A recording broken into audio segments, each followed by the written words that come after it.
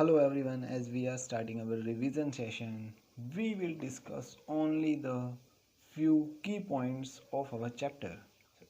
Our today's topic is light. So as you all know, light is very important for us. हमें कोई भी thing visible है, it is possible only because of light. अगर ये light ना होती हमें कुछ भी visible नहीं होता.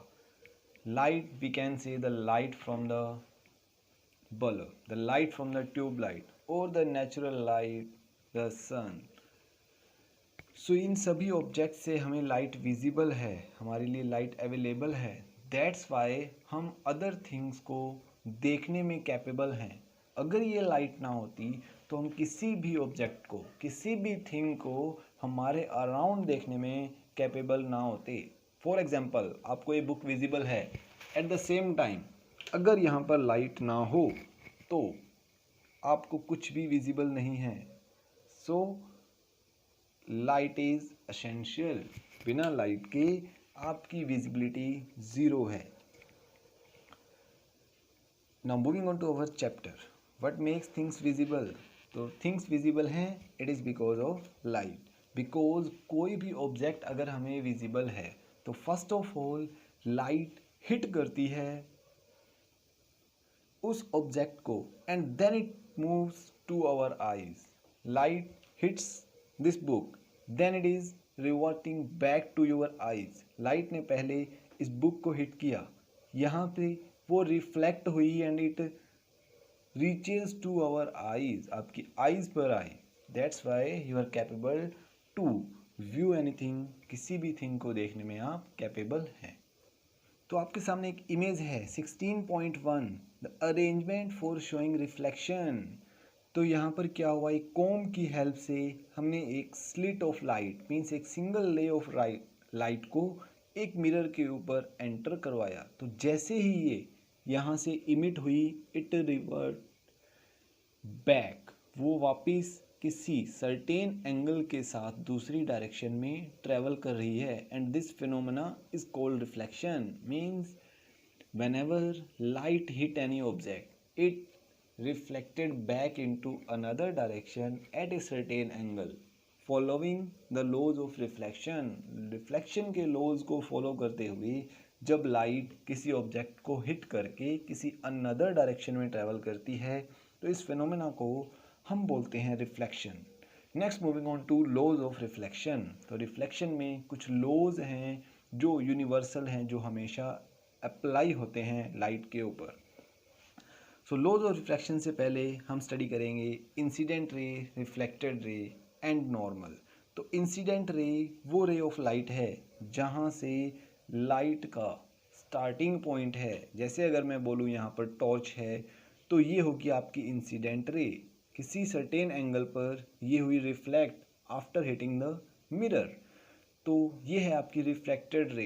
एंड द नॉर्मल इज इस मिरर के अलोंग अगर मैं यहाँ पर एक 90 डिग्री का एंगल ड्रॉ करूँ, that is called the normal. Have a view to it. एक मिरर पर लाइट इंसिडेंट हुई, जो लाइट का स्टार्टिंग या इनिशियल पॉइंट है, it is called the initialisation. ये है आपकी इंसिडेंट रे, जिसे मैंने डिनोट किया आई से. मिरर पर टच करने के बाद यहाँ से इसका इमिशन हुआ and it move to another, किसी अनदर डायरेक्शन में वो रिफ्लेक्ट हुई और ये है आपकी रिफ्लेक्टेड रे. और इस मिरर के अलोंग मीन्स यहाँ से 90 डिग्री पर हम कोई एंगल ड्रॉ करें means perpendicular to the mirror, it is called the normal. इसे मैंने डिनोट किया एन से. Now the laws of reflection. तो रिफ्लेक्शन के लॉज में first one is the angle of incidence. तो इंसिडेंट रे एंड नॉर्मल के मिड में बनने वाला angle, it is angle of incidence. Second one is angle of reflection. Normal and reflected ray के mid में बनने वाला एंगल, तो इस एंगल को हमने नेम दिया angle i, the angle of incidence. Second को हमने नेम दिया angle r, it is the angle of reflection. So first law is angle I will always be equal to angle R. Second one is incident ray, normal and the reflected ray will lie in the same plane. These are the two laws of reflection. Next हम बात करेंगे कि lateral inversion क्या होता है। जब भी हम किसी मिरर के सामने खुद को देखते हैं तो हमारी जो लेफ़्ट साइड है वो मिरर में हमें अपीयर होता है towards the right, and the right side हमें अपीयर होती है टुवार्ड्स द लेफ़्ट। तो इस फिनोमेना या इस प्रोसेस को हम बोलते हैं lateral inversion. Means the left appears towards the right and the right appears towards the left. Next की point is regular and diffuse reflection. तो रेगुलर एंड डिफ्यूज रिफ्लेक्शन देखिए, डिफ्यूज रिफ्लेक्शन होता है किसी भी इरेगुलर सरफेस के कारण ray incident हुई, ये रिफ्लेक्ट हुई इस सरफेस पर। अगर रेज पैरेलल इंसिडेंट हों तो अगर सरफेस रफ है या इरेगुलर है तो हमारे जो रिफ्लेक्टेड रेज होंगी उनकी डायरेक्शंस क्या होगी, डिफरेंट होगी। उसी तरह अगर हम बात करें रेगुलर रिफ्लेक्शन की, तो regular reflection means the reflection in well manner. तो जो रेगुलर रिफ्लेक्शन है वो हमेशा अकर होगा किसी स्मूथ सरफेस के कारण। तो रेगुलर रिफ्लेक्शन, अगर कोई रे ऑफ लाइट किसी प्लेन या स्मूथ सरफेस पर इंसिडेंट होती हैं तो उनका रिफ्लेक्शन की जो डायरेक्शन होगी वो भी क्या होगी, पैरेलल होगी। अब क्वेश्चन आता है कि रेगुलर रिफ्लेक्शन और इरेगुलर रिफ्लेक्शन या डिफ्यूज्ड या इरेगुलर रिफ्लेक्शन में जो लॉ ऑफ रिफ्लेक्शन है वो अप्लाई हुए या नहीं। इट इज़ ट्रू दैट जो लॉ ऑफ रिफ्लेक्शन है वो डिफ्यूज्ड एंड इरेगुलर दोनों में अप्लाई हुए, बट जो इरेगुलरिटी है मीन्स जो रेज की डिफरेंट डायरेक्शन में मूवमेंट का जो कारण है वो है इरेगुलर सरफेस, बट जो लॉ ऑफ रिफ्लेक्शन है वो यहाँ पर भी अप्लाई होंगे। तो देखो कैसे, अगर हम इस सरफेस को एक मिरर माने, रे इंसिडेंट हुई, रिफ्लेक्ट हुई किसी सर्टेन एंगल पर, इस सरफेस के अलोंग अगर हम यहाँ पर नॉर्मल ड्रॉ करें तो normal, incident ray, reflected ray तीनों एक प्लेन में हैं। Angle of incident means normal और इन दोनों के बीच में एंगल आई, ये एंगल आर के इक्वल होगा। किसी भी इंस्टेंस पर अगर आप ड्रॉ करोगे नॉर्मल तो angle i equals to angle r, means यहाँ से परपेंडिकुलर ड्रॉ किया, देन हमें रिजल्ट मिला that laws of reflection will never fail. Next question है reflected light can reflect again. Yes, कि जो लाइट एक बार रिफ्लेक्ट हुई वो फर्दर रिफ्लेक्ट हो सकती है। इट इज़, हम देखते हैं पेरिस्कोप में दैट कोई ऑब्जेक्ट हमारी साइड में अपस्टेयर और डाउन साइड अगर कोई ऑब्जेक्ट प्रेजेंट है तो वो हमें पेरिस्कोप में किसी अनदर पोजीशन पर विजिबल होता है। It is due to the multiple reflection, या रिफ्लेक्टेड लाइट का फर्दर रिफ्लेक्शन हुआ, उसका रिजल्ट हमें मिला that image is obtained by periscope. Next is multiple images.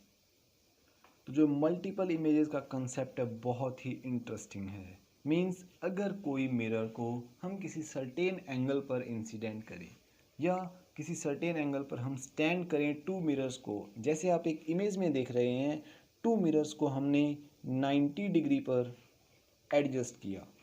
एक कॉइन को हमने इन मिरर्स के एक स्पेस में रखा, तो इस कॉइन की हमें 4 इमेजेस आप काउंट कर सकते हो विजिबल है। Means first one is the object and उसकी 3 image, 1, 2 and 3 images, and this one is object means coin है। तो number of images find out करने के लिए when the mirrors are certain angles 45, 60, 120 और कुछ भी एंगल हो सकता है, इसके लिए आपको मैं बता रहा हूँ एक formula. It is, so learn from this formula. n means the number of images, की जो इमेजेस बनेंगी उनका नंबर क्या होगा। 360 से हमें एंगल को डिवाइड करना है। Angle means the angle between two mirrors and -1। तो फर्स्ट ऑफ ऑल अभी हमने जो एग्जांपल लिया, मिरर्स हैं वो हैं हमारे पास 90 डिग्री के एंगल पर, तो 360 डिग्री डिवाइडेड बाय एंगल 90 -1, तो 360 को 90 से डिवाइड करोगे, रिजल्ट विल बी 4 - 1 = 3। तो 1 तो ऑब्जेक्ट है और जो नंबर ऑफ इमेजेस हमारे पास ऑब्टेन होंगी इट विल बी 3 इमेजेस। तो इस तरह कोई भी एंगल हो, जैसे एक और एग्जांपल लेते हैं हम n इक्वल्स टू 360, अगर एंगल है वो 120 डिग्री हो, माइनस करेंगे हम 1 बाय फॉर्मूला, तो ये है आपका formula to find number of images. n equals to 360 divided by 120, result will be 3 minus 1.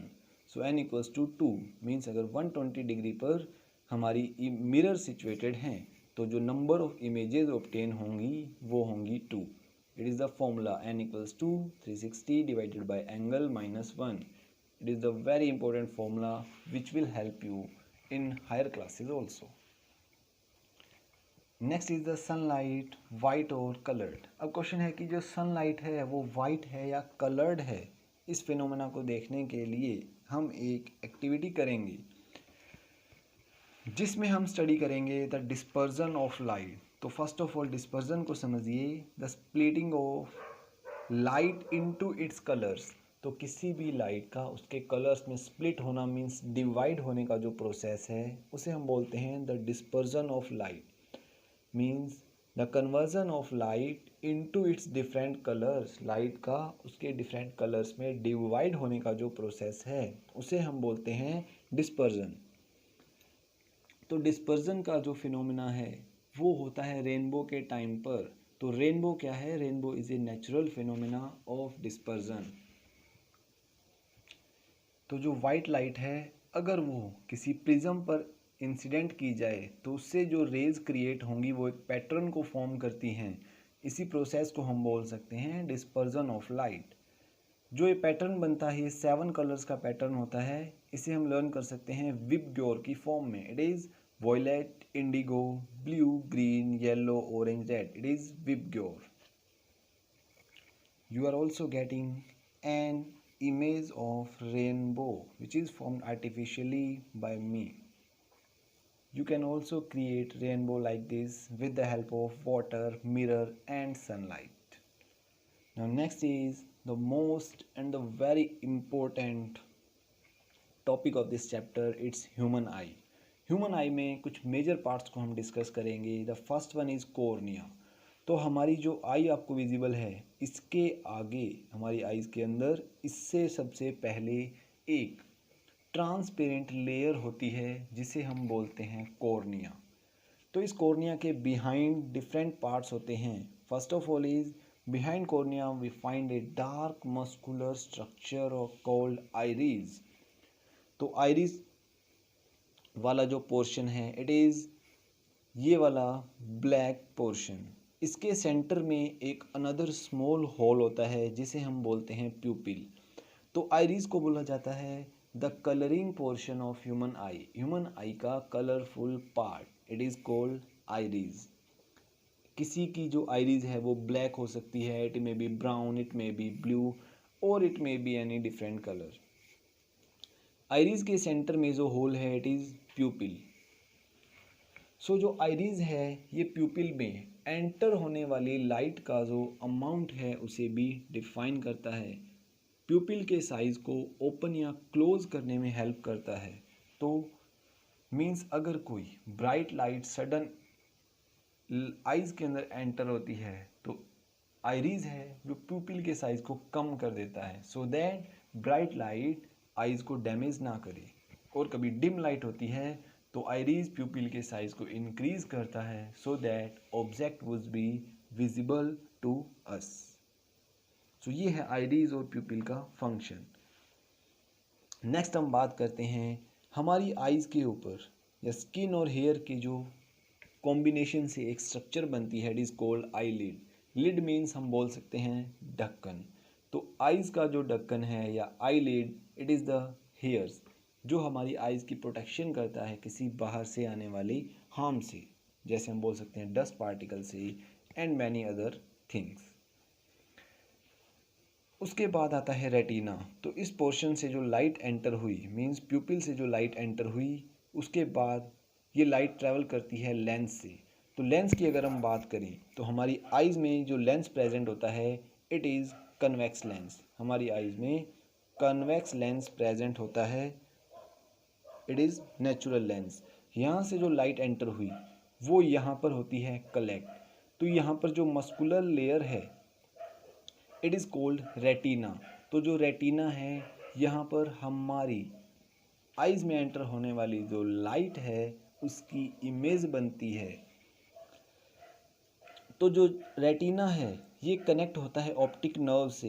Retina image formation के बाद ऑप्टिक नर्व्स की हेल्प से हमारे ब्रेन को मैसेज भेजता है और हमारा ब्रेन आइडेंटिफाई करता है कि जो थिंग हमारे सामने विजिबल है वो एक्चुअल में क्या है।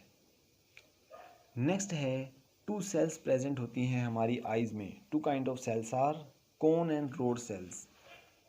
So cone cells which are sensitive to bright light and rod cells which are sensitive to dim light। Means जो कोन सेल्स हैं वो हमारी कलरफुल थिंग्स देखने में या डे टाइम हमारी हेल्प करती हैं और जो रोड सेल्स हैं ये हेल्प करती हैं हमारी नाइट में अच्छी विजिबिलिटी के लिए। और यही cone and rod cells responsible हैं आउल के लिए। तो जो आउल होता है आप सभी को पता है कि जो आउल है वो रात में ज़्यादा देख सकता है as compare to day, because उनकी जो रोड सेल्स होती हैं वो कोन सेल्स के कंपैरिजन में ज़्यादा होती हैं। तो आउल में रोड सेल्स का नंबर ज़्यादा होता है, दैट्स वाई उन्हें नाइट में अच्छी विजिबिलिटी मिलती है। कोन सेल्स कम होती हैं, दैट्स वाई वो डे में अच्छे से नहीं देख पाते। नेक्स्ट हम बात करते हैं बटरफ्लाइज की। तो बटरफ्लाइज में thousands of small eyes present होती हैं, दैट्स वाई वो फ्रंट और बैक दोनों साइड में देख सकती हैं। इसीलिए जब भी हम बटरफ्लाई के पास जाने का ट्राई करते हैं वो उससे पहले ही उड़ने में सक्सेस हो जाती है। It is possible because butterfly can C both forward and backward. और आउल की जो नाइट विजिबिलिटी का सेकंड रीज़न है वो है the size of the प्यूपिल। Because उसकी जो प्यूपिल का साइज़ है वो ह्यूमन आइज़ की तरह एडजस्ट नहीं होता, दैट्स वाई अगर लाइट ज़्यादा एंटर करेगी तो वो हो सकता है नेक्स्ट टाइम देखने में कैपेबल ही ना हो, उसे इस चीज़ की नॉलेज है, दैट्स वाई वो डे में देखने का ट्राई नहीं करता और अपनी आइज़ को क्लोज रखता है सो दैट प्यूपिल से ज़्यादा लाइट एंटर ना हो। So it's the complete revision of our chapter light. Hope you all enjoyed. So don't forget to like, share and subscribe the channel. It will help us to improve, and if there are any suggestions do comment in the comment section and do visit our channel time to time. Thanks and have a great day. Meet you soon with another new session and best science explanation. Bye.